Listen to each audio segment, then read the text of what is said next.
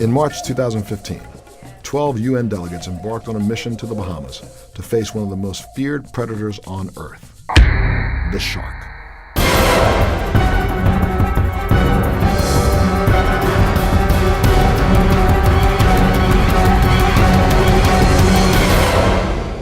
Since Jaws came out, we take the top of the food chain, vilify it, and then think that the rest of the food chain will sustain itself. When the truth is, we know for a fact that the ones that are alive are worth $1 million more than the ones that are dead.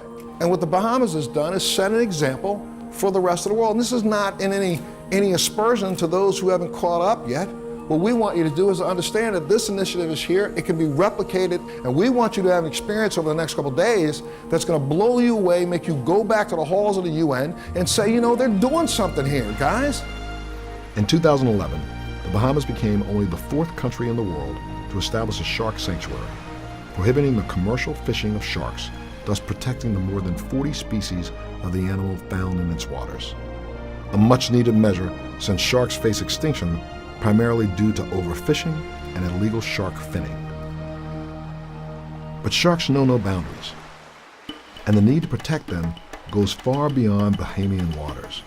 So throughout the week, the UN delegates learned firsthand about the importance of shark preservation, a win for the sharks and for the countries that protect them. A shark alive can bring a huge income for the economy of a country. In the Bahamas alone, shark tourism and research adds some $80 million annually to the national economy. Led by Bahamas Ambassador to the UN and chair of the Shark Coalition, Dr. Ellison Roming, delegates listened as experts at the island school in Cape Eleuthera debunk myths of the misunderstood shark, including the notion that sharks hunt humans. You've been diving for a certain number of years? Yes, I have. And sharks have been all around you and you've never had an incident. To what do you attribute that? They're just curious more than anything else. So they might bump you or see you. What do you think they'll say I am? The truth is, shark attacks are extremely rare, yet the role the shark plays in the ocean is vital. From controlling fish populations to maintaining healthy reefs, a lesson ambassadors took to heart. Preserving the shark preserves the ocean. So the same care we take, for our land, we have to become aware that we must do likewise for our seas. Protection of oceans is one of the most important subjects the United Nations is debating. It's extremely important for us actually to be well educated. And for these delegates, the education goes beyond the classroom and into the ocean. We're going to feed the sharks. Feed the sharks. Feed the sharks.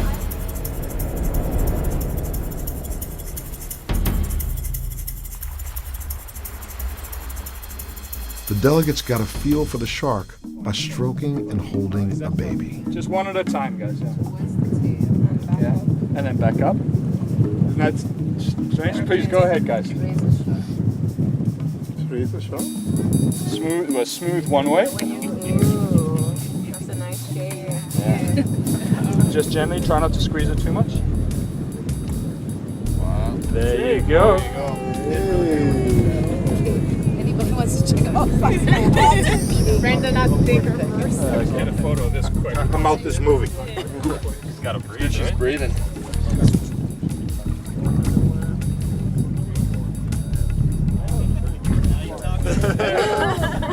Well done. Great. All right, we're gonna put this guy back there. Just thought it was going to be more dramatic. And Brandon's Experience, something unlike I ever imagined, and I'm happy that I am now getting an education about sharks. From sharks to stingrays, the delegates pushed the boundaries of discovery and learning. Want to come to Jamaica?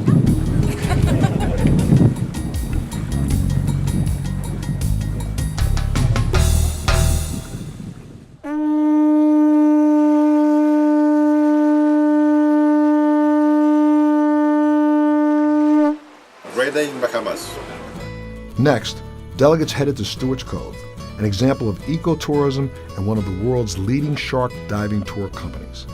Like the more than 200 tourists who visit Stewart's Cove daily, delegates were able to enrich their knowledge by diving or snorkeling and observing the magnificent creature in the deep water. How was it looking at the sharks? Was wonderful. You get addicted to it. I didn't want to come out until I saw that shark. Yeah. Great experience. I did it. Jumped in the water. Awesome. Great experience. Really extraordinary. I went down there with the sharks because I want my country to protect them. And probably many people will come to watch them. I want to make sure you can do it. I am, a few days later, now very interested to learn more and to understand how we can work with scientists, how we can work with conservation persons, because shark conservation is ultimately about people conservation. While there is much to learn as we work to understand the bewildering shark species, what is clear is that we must move beyond our fears and learn to coexist with this incredible creature, to strengthen our blue water economies and to ensure the future of our oceans. Up until this week, I was one of those who could tell you the only thing I thought of when I thought of sharks was fear and total intimidation. A few days later, I can sing a different song. Ambassador, you have the attention, I believe, of your colleagues at the United Nations, and we now look forward to supporting this initiative in the best way that we can. Mr. Montel Williams, you are not alone in your endeavors. You now have a rallying team of support. Save the shark.